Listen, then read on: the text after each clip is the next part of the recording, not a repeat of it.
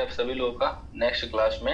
अभी तक की जो क्लास है हमने उसमें जो है कल सीखा था cup and handle and divergence. उम्मीद है आप लोगों ने डाइवर्जेंस को जो है सही से सीख लिया होगा, क्योंकि डाइवर्जेंस काफी इंपॉर्टेंट है। आज हम लोग एक छोटा सा टॉपिक पहले सीखेंगे गैप, और इसके बाद हम लोग जानेंगे एक बड़ा सा topic stock selection. Stock selection एक काफी जो है देखेंगे तो बड़ा जो है टॉपिक हो जाता है और बहुत इंपॉर्टेंट भी है, क्योंकि स्टॉक सिलेक्शन एक बहुत इंपॉर्टेंट जो है कड़ी मानी जाती है ट्रेडिंग के लिए। क्योंकि स्टॉक सिलेक्शन अगर प्रॉपर नहीं होगा तो आपका जो ट्रेड है वो गलत हो सकता है। अभी मार्केट जब ओपन हो जाएगा उस समय हम स्टॉक जो है बहुत रैंडम कह सकते हैं कि सिलेक्ट कर सकते हैं, लेकिन वो जो वे होना चाहिए रैंडम सेलेक्ट करने का बहुत फास्ट होना चाहिए, क्विक होना चाहिए और एडवांस होना चाहिए। तो उसके लिए भी हम आपको यहाँ पे जो है कुछ स्कैनर देंगे। इसके अलावा हम आपको जो है एक एक्सेल शीट देंगे जिसका एक्सेस आपको मिलेगा, क्योंकि आप हमारे स्टूडेंट हैं। तो जैसा हमने बताया था आप लोगों को कि 4 स्कैनर मिलेंगे फ्री में। उस स्कैनर को मैं आपके जो रिस्पेक्टेड ग्रुप है उसमें भेज दूंगा।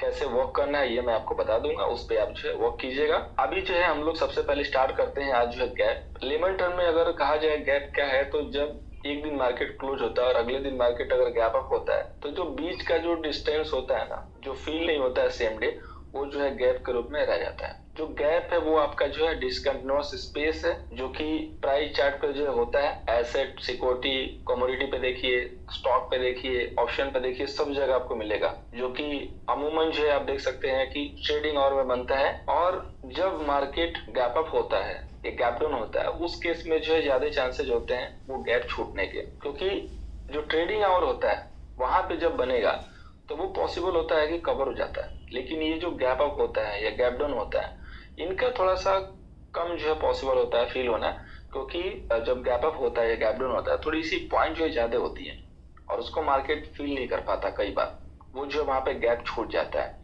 अब यहाँ पे जो बहुत टाइप के गैप होते हैं, अगर आप चार्ट पे देखेंगे तो आपको नॉर्मल दिखाई देगा, लेकिन यहाँ पे कई टाइप के गैप होते हैं। एक होता है आपका कॉमन गैप, एक होता है आपका ब्रेकअवे गैप, एक होता है रनवे गैप, एक होता है एग्जॉक्शन गैप। और ये सारे जो है अपने जो है अलग अलग सिग्नल देते हैं, लेकिन हमें जो है इनके सिग्नल पे बहुत ज्यादा ध्यान नहीं देना है, क्योंकि सबका जो सिग्नल है वो ऑलमोस्ट एक ही है। सबकी जो कड़ी है, सबका जो थीम बनता है वो एक ही है। गैप को जो है स्पॉट करना बहुत ही इजी है, बट उसको डिटरमाइन करना टाइप ऑफ गैप बहुत ही हार्ड है, कैसे इसको हम फिगर आउट करें। लेकिन मैं जो वे बताऊंगा और जो हम वे फॉलो करते हैं उससे बहुत आप इजीली जो है फिगर आउट कर सकते हैं, बहुत इजीली जो है समझ सकते हैं। तो आइए चलते हैं आगे और हम जानते हैं कि कैसे हम इसको फिगर आउट करेंगे, कैसे समझेंगे। अभी देखिए ये जो चार्ट है काफी ओल्ड चार्ट है। यहाँ पे अगर आप देखेंगे तो एक मैंने यहाँ पे आपको एग्जॉक्शन गैप दिखाया हुआ है।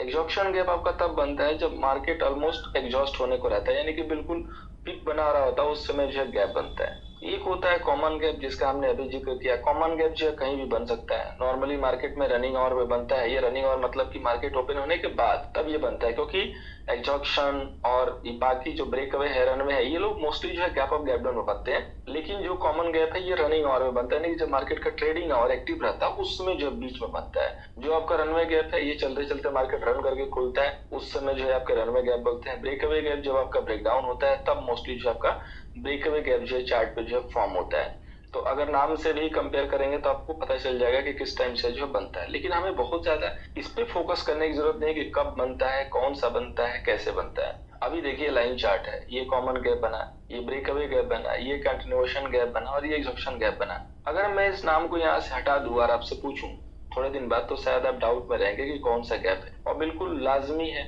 अमूमन होता है ऐसा कि हम डाउट में आ ही जाते हैं। तो हमें नाम पे जो है ज्यादा फोकस करने की जरूरत नहीं है, नाम को याद रखने की भी जरूरत नहीं है। हमें करना है प्रैक्टिकल काम। हम क्या है, प्रैक्टिकल आदमी है। हमें करना सिर्फ प्रॉफिट वाला काम, और उसके लिए हमें नाम को याद रखने की बिल्कुल ही जरूरत नहीं है। और बेसिकली जो गैप है वो इंट्राडे में कैसे यूज होता है और पोजिशनल कैसे यूज होता है ये मैं आपको बताऊंगा, और यही सबसे इंपॉर्टेंट है। सो ध्यान से बातों को सुनिएगा। अभी देखिए, सपोज डेट मार्केट आपका रनिंग आवर में है, बैंक निफ्टी जो है यहाँ से 100 से 150 पॉइंट ऊपर खुल रही है।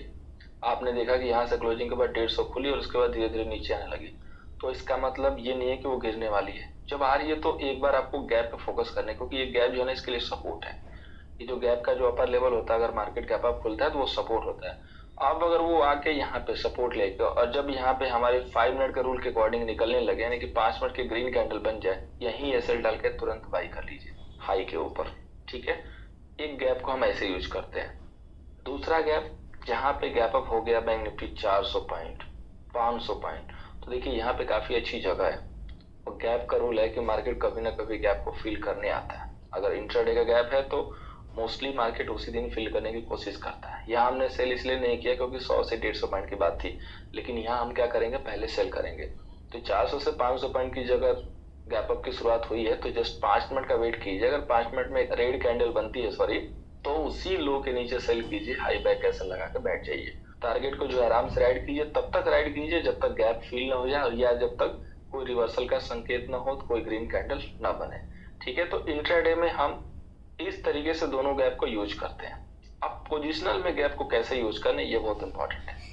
अभी सपोज डेट आपको आरबीएल में जो है बाई करना है, यहाँ पे आप देख रहे हो कि गैप बना हुआ है, आपका स्टॉक इधर ट्रेड कर रहा है, तो ये जब तक गैप को क्रॉस ना करे, इसके ऊपर ना जाए, तब तक आप इसको बाई ना करो, क्योंकि ये एक बहुत स्ट्रॉन्ग रेजिस्टेंस है इसके लिए।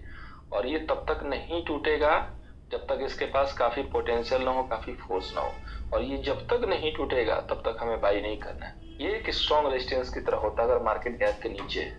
कहा जाता है कि अगर कोई स्टॉक गैप बना के ऊपर जा रहा है तो ये पिलर होते हैं। ठीक है, मार्केट चैन सिस्टम में चलता है। जैसे आपने बाई का चैन देखा होगा, साइकिल का चैन देखा होगा, तो चैन कैसे होते हैं, एक दूसरे से जुड़े होते हैं। तो चैन का जो पार्ट होता है वो 30% कम से कम जुड़ा रहता है। तो मार्केट की हर कैंडल 30% जुड़ के चलती है। ठीक है, this is view for positional, ये जो आउटलुक है पोजिशनल के लिए। तो अगर आपका मार्केट यहाँ आ गया और इधर कहीं बीच में गैप छोड़ के गया है, तो ये जो खंबा है ना, ये वीक है, कभी भी गिर सकता है। तो इसलिए हम क्या करेंगे, हम यहाँ कभी भी पोजिशनल बाई करेंगे तो अलर्ट रहेंगे, कभी भी गिरावट आ सकती है। अगर गैप के बहुत ज्यादा ना हो ऊपर, तब वेट कीजिए कि गैप फिल हो तब बाई कीजिए, और अगर नहीं तो आप उस स्टॉक को अवॉइड कीजिए, बेस्ट होगा। क्योंकि वो स्टॉक फ्यूचर में कहीं ना कहीं जाके गिर सकता है। 5 साल 6 साल 7 साल बाद भी गैप फिल होते हैं, याद रखिएगा। ठीक है, अब वो गैप नहीं फिल होंगे जो बिल्कुल नॉर्मल बने होंगे 2.4 पॉइंट के। अब एग्जांपल लेट रिलायंस का स्टॉक है, इसमें कम से कम 40-50 पॉइंट का गैप है, तो वो फील होगा ही होगा। निफ्टी का 100 पॉइंट का गैप है, 150 पॉइंट का गैप है, ये सारे गैप फील होते हैं। ठीक है, याद रखिएगा, सारे गैप फील होते हैं। जितने भी बड़े गैप हैं वो कभी ब्लैंक नहीं जाएंगे, उनको फील होना ही होना है। तो अगर कोई गैप है तो वो फील होगा, याद रखिए। अगर कहीं भी कोई गैप बना है स्टॉक पे, स्टॉक ऊपर चला गया है, वेट कीजिए गैप के फील होने का, तब बाई कीजिए अगर पोजिशनल बाई करना है। बाकी इंट्राडे के लिए जैसे मैंने बताया वैसे यूज कीजिए। नाम से हमें कोई मतलब नहीं है, नाम मैंने सिर्फ जानकारी के लिए रखी। अगर आप याद करके चलते हैं अच्छी बात है, नहीं याद करके चलते हैं तो भी अच्छी बात है। तो गैप के नाम से कोई भी जो घबराने की जरूरत नहीं है।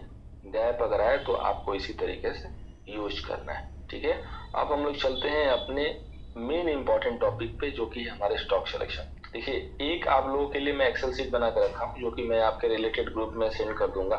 इसमें से जितने भी मैंने स्टॉक दिए हैं, वॉट एवर 1 to लेके एंड 91 तक तो नंबर है, 92 तक, लेकिन 89 88 समथिंग स्टॉक होंगे, बीच में से एक दो निकले हैं जो एफ एंडो से बाहर हो चुके हैं। आपको इन सारे स्टॉक का जो चार्ट है वो बना कर रखना, अपनी आईडी में हमेशा सेव करके रखना है। ठीक है, जैसे ही आपका क्लास ओवर होगा या कल से आप 5-5 चार्ट लेके बनाना स्टार्ट कीजिए। एक बार जब चार्ट अगर आप बना दोगे तो आपका जो चार्ट है वो 3 महीने तक आराम से वर्क करेगा। ठीक है, एक ही लेवल 3 महीने तक आराम से वर्क करता है। तो चार्ट को बनाने के बाद बिल्कुल भी ये नहीं सोचना है कि मुझे डेली चार्ट बनाना पड़ेगा, और हार्डली 1 से 4 सेकंड लगता है एक चार्ट को ओपन करने